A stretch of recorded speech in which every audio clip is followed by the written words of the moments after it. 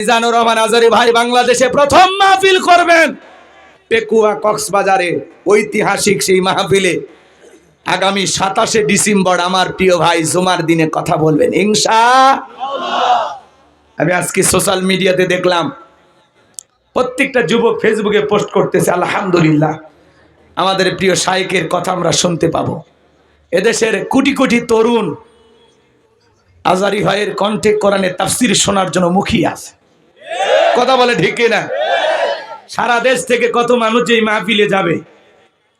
একটা ঐতিহাসিক মাহফিল হবে, ইতিহাস সৃষ্টি হবে কক্সবাজারে। কথা বলে ঠিক না? আলেমদেরকে মানুষ কলিজাতে মহব্বত করে। ডক্টর মিজানুর রহমান আজারি ভাই দেশের বাহিরে যাওয়ার কারণে আল্লাহ পাক তাকে আন্তর্জাতিকভাবে কবুল করে নিয়েছেন। পৃথিবীর বিভিন্ন দেশে আল্লাহর কোরআনের দাওয়াত নিয়ে আমার ভাই ছুটে গেছেন। কথা বলে ঠিক না? ডক্টর মিজানুর রহমান আজারি ভাইয়ের কাছে আমরা অনেক কিছু চাই, অনেক কিছু আশা করি, কারণ আল্লামা সাইদি হুজুরকে আমরা হারিয়ে ফেলেছি। এই ময়দানে যোগ্য মানুষের প্রয়োজন আছে না নাই? আল্লামা সাইদি হুজুরে রেখে যাওয়া সেই ঐতিহাসিক 3 দিন ব্যাপী, 4 দিন ব্যাপী, 5 দিন ব্যাপী তাফসীরুল কোরআন মাহফিল গুলো আবারও মিজানুর রহমান আজারি ভাইয়ের মাধ্যমে চালু হবে। কথা বলে ঠিক না? সেখানে আরো আলোচনা করবেন মুফতি আমির হামজা ভাই, আমাদের প্রিয় ভাই আব্দুল হাই মোহাম্মদ সাইফুল্লাহ, সাদিকুর রহমান আজারি, এভাবে দেশের অসংখ্য ওলামা ইকরাম সেখানে কথা বলবেন। আব্দুল আলামিন ভাই সহ দেশের 12 থেকে 14 জন ওলামা ইকরাম সেই দিন উপস্থিত হবেন। আগামী 27শে ডিসেম্বর কক্সবাজারে নতুন ইতিহাস সৃষ্টি হবে। কথা বলেন ঠিক না? এই দেশের মানুষ আলেমদেরকে কলিজা দিয়ে মহব্বত করে, তাদেরকে মিথ্যা তহমত দিয়া কোনো ষড়যন্ত্র করে আলেমদেরকে এদেশের জনগণের কাছ থেকে কেউ বিচ্ছিন্ন করতে পারবে না। কথা বলে ঠিক না? এই জন্য হেরে গেছে ওদের হিংসা, জিতে গেছে আমাদের ভালোবাসা। কথা বলে ঠিক না? কষ্ট হয়, কষ্ট হয়। তাহলে হাউজে কাউসারের পানি পান করতে গেলে কাজ করতে হবে কয়টি? 2টি। 1 নাম্বার হলো ফাসল্লি লিরাব্বিকা, রবির উদ্দেশ্যে সালাত আদায় করা লাগবে।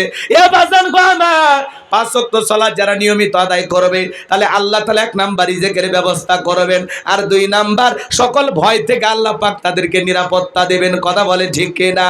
তাহলে বলেন তো বাজান, উত্তম নিরাপত্তা প্রদানকারী তিনি কে?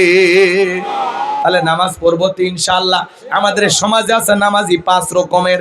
যারা নিয়মিত নামাজ পড়ে এরা হলো 5-এর নামাজি, এরা খাঁটি আল্লাহর প্রিয় বান্দা। 7 দিন পরে পরে যারা জুমার নামাজ পড়ে এরা হলো 7-এর নামাজি। আর মানুষ মরে গেলে জানাজার নামাজ পড়ে যারা, এরা হলো খাটের মুসল্লি।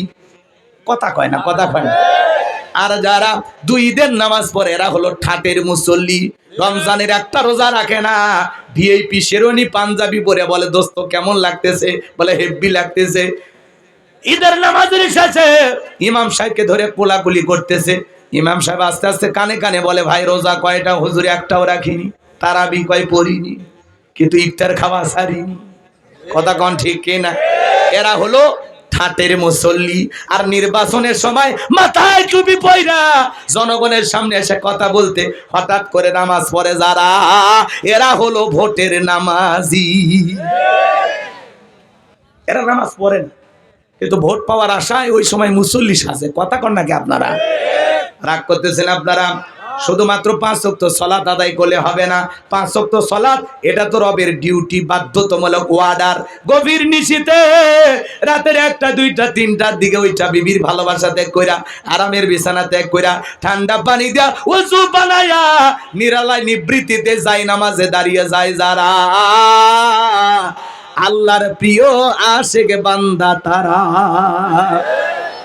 যারা তাহাজ্জুদ পড়ে তাদের মর্যাদা বাড়িয়ে দেবেন কে? আরেকটু জোরে বলেন কে?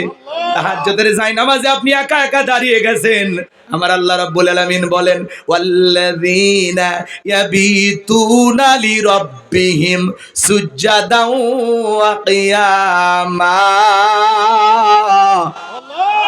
আমার আল্লাহ রাব্বুল আলামিন বলেন যারা রাত্রি জাগরণ করে আমি আল্লাহকে সিজদা দেই, আমি আল্লাহর জন্য দণ্ডায়মান হয়ে যাই।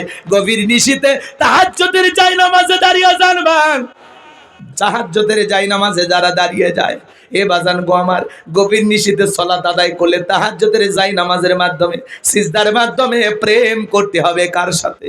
আল্লাহর সাথে। এ যুবক যারা তাহাজ্জুদের সালাত আদায় করে এদের জীবনে